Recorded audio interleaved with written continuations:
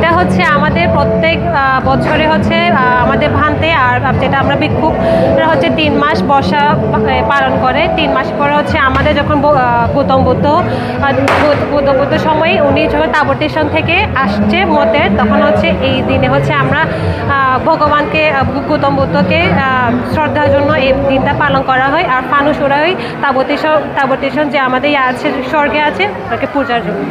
Thank you. এবারে প্রার্থনা থাকবে আমাদের দেশের জন্য সবাই সুখে শান্তিতে থাকতে পারে। যত ধরনের অশান্তি আছে আমরা সবাই মিলেমিশে যদি থাকি তাহলে আমরা সবাই শান্তিতে থাকতে পারবো। আর চাই সবার পরিবার যেন সুখে শান্তিতে থাকতে পারে, এটাই কামনা করি এই পার্বণ পূর্ণিমায়। এবার আমরা ভগবান বুদ্ধের কাছে প্রার্থনা করলাম আমাদের দেশের যে পরিস্থিতি, সেই পরিস্থিতি যেন সুন্দর শান্ত হয়। আমরা সবাই মিলে যেন প্রতিটা ধর্মে প্রতিটা উৎসব খুব সুন্দরভাবে আনন্দের সাথে শৃঙ্খলতার সাথে পালন করতে পারি। যেমন দুর্গাপুজোও খুব শান্তির সাথে হয়েছে, আমাদের এই প্রবারণা পূর্ণিমাটাও যেন সবাই খুব শান্তিপূর্ণভাবে কাটাতে পারে এই প্রার্থনাই করলাম। খুবই ভালো, খুবই সুশৃঙ্খল। অনেকবার তো দেখা যায় যে অনেক ধরনের সমস্যা আমরা দেখি, বাট এবার তেমন কিছু দেখছি না। খুবই সুন্দরভাবে সবাই পুজোটা পালন করতে পারে। ফানুসটা ওড়ানো হয় আমাদের চুলামণি জাতির উদ্দেশ্যে, ফানুসটা ওড়ানো হয় আমাদের বুদ্ধত্ব লাভের সময়। মানে বুদ্ধের চুল যেটা ছিল এটা যদি উপরে উঠে, মানে উপরে উঠলে মনে করো আমি বুদ্ধত্ব লাভ করতে পারবো, মানে এই আশা পূরণ করার জন্য তখন এই চুল যখন উপরে উঠে তখন বুদ্ধত্ব লাভ করতে পারবে মনে করে এই ফানুসটা উড়ানো হয়েছে আর কি, চুলামণি জাতির উদ্দেশ্যে। বলতে গেলে মানে এই বছরে খুবই কম দেখতেছি আমি। এই খাগড়াছড়ি, রাঙামাটি অনেক রাখাইনরা বসবাস করে, মানে ওখানে পরিস্থিতি একটু খুব ভয়ানক। এই কারণে মনে হয় এখানে মানে আসা হয় নাই, অনেকজন বসবাস করে। আশা করি খুবই কম, মানে আশা মানে আগামীকাল খুব বেশি হইতে পারে। বুদ্ধের কাছে প্রার্থনা হলো মানে আমাদের দেশের পরিস্থিতির জন্য ভালো হোক এবং মানুষ যেন শান্তিতে থাকুক এবং ধর্ম বর্ণ নির্বিশেষে সকলে মিলে যেন শান্তিতে বসবাস করুক, মানে এটাই হলো আমার দাবি আর কি। প্রত্যাশা হলো সবাইকে সংযমী হওয়া আর জগতে সকল প্রাণী যেন সুখে থাকে, এইটাই একমাত্র কামনা। নিরাপত্তা হ্যাঁ ভালোই হচ্ছে। আমরা আমাদের পুলিশ প্রশাসন, জেলা প্রশাসন আর হলো সেনা প্রশাসন, ওনারা খুব ভালো মতোই আমাদেরকে নিরাপত্তা দিচ্ছে। আজকে তো মাত্র শুরু, আজকে তো এমনি ওরা বুদ্ধ পূজা করতে আসবে। আর হলো কালকে থেকে সকাল থেকে শুরু হবে, কালকে দুপুরে বানতে দে, তারপরে যারা উপাসক উপাসিকা তাদেরকে স্বয়ং খাওয়ানো হবে।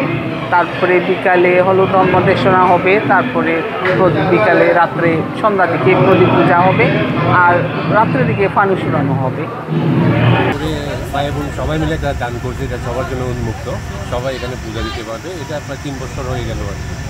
যখন এই গৌতম বুদ্ধ ধ্যানের মধ্যে ছিলেন আর কি, ওই মোসালিন্দা বুদ্ধ বলে এটা, তো ওই লেকের মধ্যে যখন ঝড় তুফান শুরু হয় তখন ওই ড্রাগনটা এসে গৌতম বুদ্ধকে উদ্ধার করে এইভাবে সেভ করে রাখে, ওটারই প্রতীক। পুলিশ সবাই সহযোগিতা করতেছে। আশা করি শান্তি শৃঙ্খলাভাবে আমাদের অনুষ্ঠানটা উদযাপন হবে।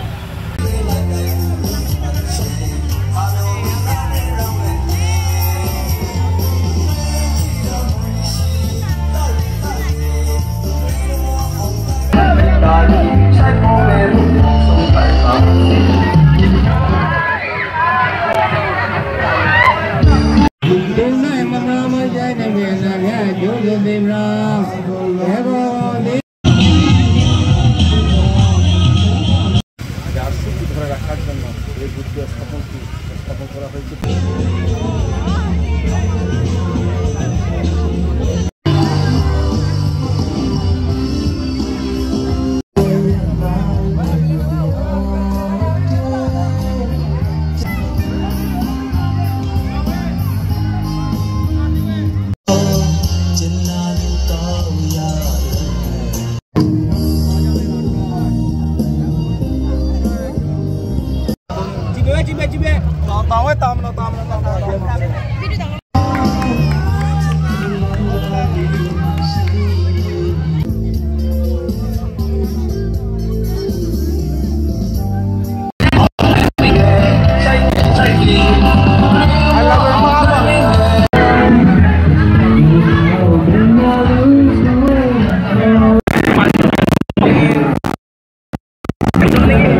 আপু একটু কেমন লাগছে বলেন না আমাদের এখানে